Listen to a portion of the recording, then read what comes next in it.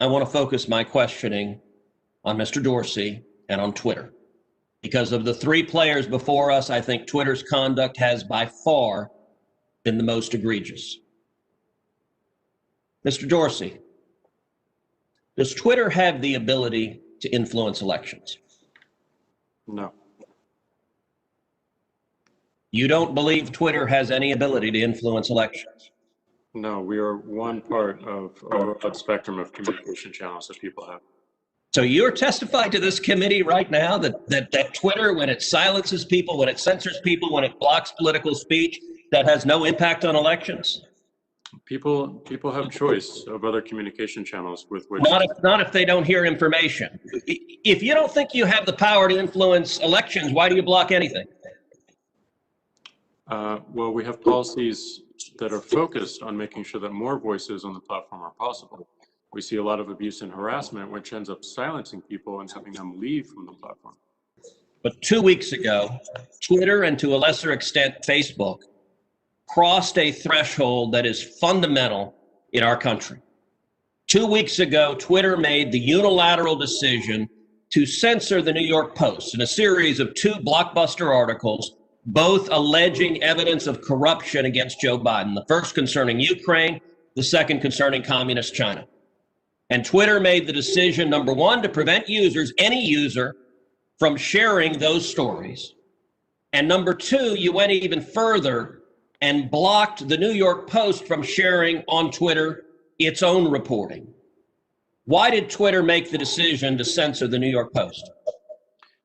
We had a hack materials policy that we. When was that policy adopted? In 2018, I believe.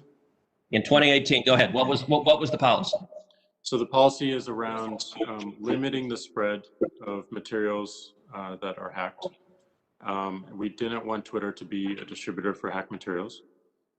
We found that the New York Post, because it showed the direct materials, screenshots of the direct materials, and it was unclear how those were attained, that it fell under this policy. Now, so in your view, if it's unclear the source of a document, and in this instance, the New York Post documented what it said the source was, which it said it was a laptop owned by Hunter Biden that had been turned into a repair store. So they weren't hiding what they claimed to be the source. Is it your position that Twitter, when you can't tell the source, blocks press stories? No, not at all. Our team made a fast decision. The enforcement action, however, of blocking URLs, both in tweets and in DM, in direct messages, we believe was incorrect, and we changed it. Today, right now, the New York Post is still blocked from tweeting 2 weeks later. Yes, they have to log into their account, which they can do at this minute, delete the original tweet, which fell under our original enforcement actions, and they can tweet the exact same material in the exact same article, and it would go through. So, Mr. Dorsey, your ability is you have the power to force a media outlet. Let's be clear. The New York Post isn't just some random guy tweeting. The New York Post has the 4th highest circulation of any newspaper in America. The New York Post is over 200 years old. The New York Post was founded by Alexander Hamilton. And your position is that you can sit in Silicon Valley and demand of the media that you can tell them what stories they can publish, and you can tell the American people what reporting they can hear. Is that right? No, this was a, every person, every account, every organization that signs up to Twitter agrees to a terms of service. Terms of service is so published. Media outlets must genuflect and obey your dictates if they wish to be able to communicate with readers. Is that right? No, not at all. We recognized an error in this policy, and specifically the enforcement. You're still blocking their posts. You're still blocking their posts. Right now, today, you're blocking their posts. We're not blocking the post. Anyone can tweet. Can the New York Post post on their Twitter account? If they go into their account. No is your answer to that. No, unless they genuflect and agree with your dictates. Let me ask you something. You claimed it was because of a hacked materials policy. I find that facially highly dubious and clearly employed in a deeply partial way. Did Twitter block the distribution of the New York Times' story a few weeks ago that purported to be based on copies of President Trump's tax returns?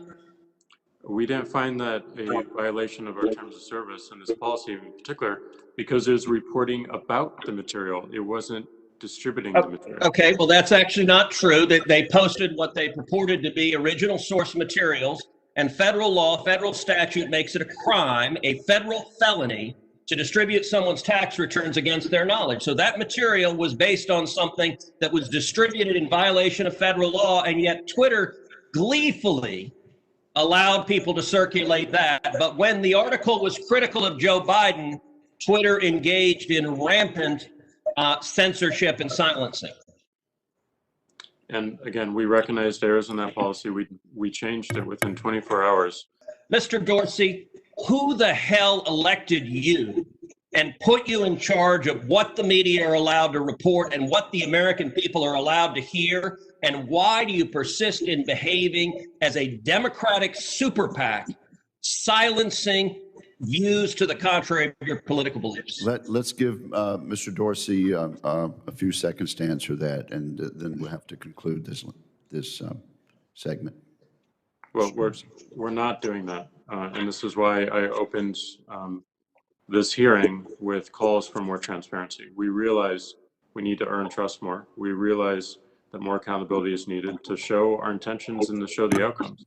Thank you, Senator. So I hear the concerns and acknowledge them, but we want to fix it with more transparency. Thank you, Senator Cruz.